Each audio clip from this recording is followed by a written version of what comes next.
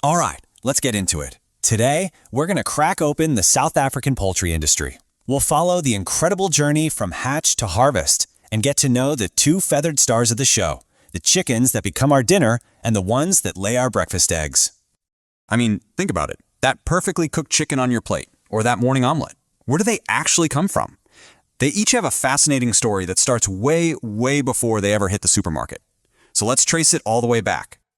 You know, it really all comes down to two very specialized types of chickens. On one side, you've got the broiler. Think of it as the bodybuilder of the chicken world, bred specifically for meat. And on the other, you have the layer, an absolute egg-laying machine, keeping us all stocked up. Okay, first up, let's talk broilers. You gotta think of this as the absolute fast lane of farming. It's a high-speed, high-efficiency operation designed to get affordable protein onto millions of dinner tables all across South Africa. And when we say fast, we are not kidding. A broiler chick goes from a tiny fluff ball to a full-size chicken in just 6 to 8 weeks. That's it. That's faster than you can binge watch a season of your favorite show. Their entire short life is engineered for this incredible growth spurt. So how on earth is that even possible? Well, this right here is basically the playbook. It all starts with hatching in these really high-tech incubators. From there, they're moved into barns and fed a diet packed with protein. And here's a key detail. The lights are kept on 24/7 to encourage them to eat constantly. Everything is meticulously monitored so they hit that target weight right on schedule before heading to processing. It is a system that is fine-tuned down to the minute. Okay, so that's the sprint. Now let's completely switch gears and meet the other key player, the layer. For these hens, it's not about a quick race to the finish line. Oh no, it's all about the marathon of egg production. And here is the difference in one number. Instead of just a few weeks, a single layer hen can be productively laying eggs for up to 2 years.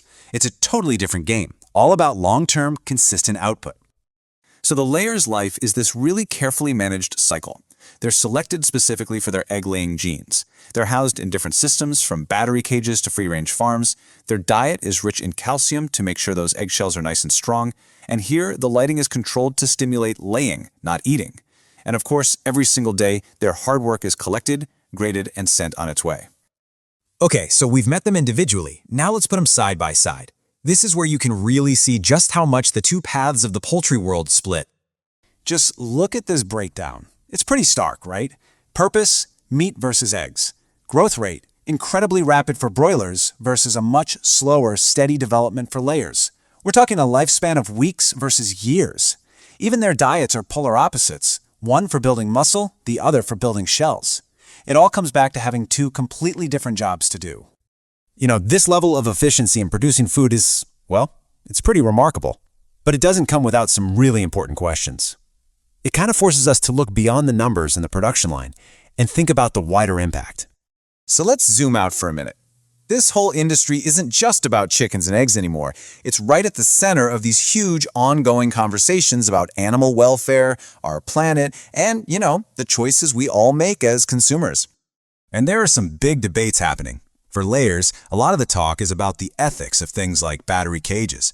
For broilers, it's often about the health effects of that super fast growth. And for the entire industry, things like waste, water use, and antibiotics are constantly under the microscope, and people are asking for more and more transparency. So here's the really crucial point. Change is happening. And a huge driver of that change is you. It's all of us, the consumers. The more people ask questions and vote with their wallets for higher standards, the more the industry has to listen and respond. And this is what that change actually looks like in the real world. You're seeing more cage-free options on the shelves, more free-range and pasture-raised labels, a bigger focus on organic farming, and smarter ways of managing farm waste. These are the kinds of solutions that try to tackle both the animal welfare and the environmental questions. All of this really leads us to the future, doesn't it? The road ahead for South Africa's poultry industry is all about finding this really delicate balance, how to meet the massive demand for food while also adopting more compassionate and sustainable ways of doing things. And that's the tightrope the entire industry is walking. How do you keep chicken and eggs affordable for everyone while also being good to the animals and good to the planet? I mean, that's the multi-billion-dollar question right there. I think Mzansi magazine put it perfectly. The goal is to create a poultry sector that is both compassionate and profitable. It's not about choosing one or the other. It's about figuring out how they can go hand in hand. And that really brings us full circle, back to a final thought. The choices you make at the grocery store, the brands you decide to support, the questions you ask, all of that has real power. So, as this industry keeps evolving, the big question is, what role will you play in deciding what the future of farming looks like?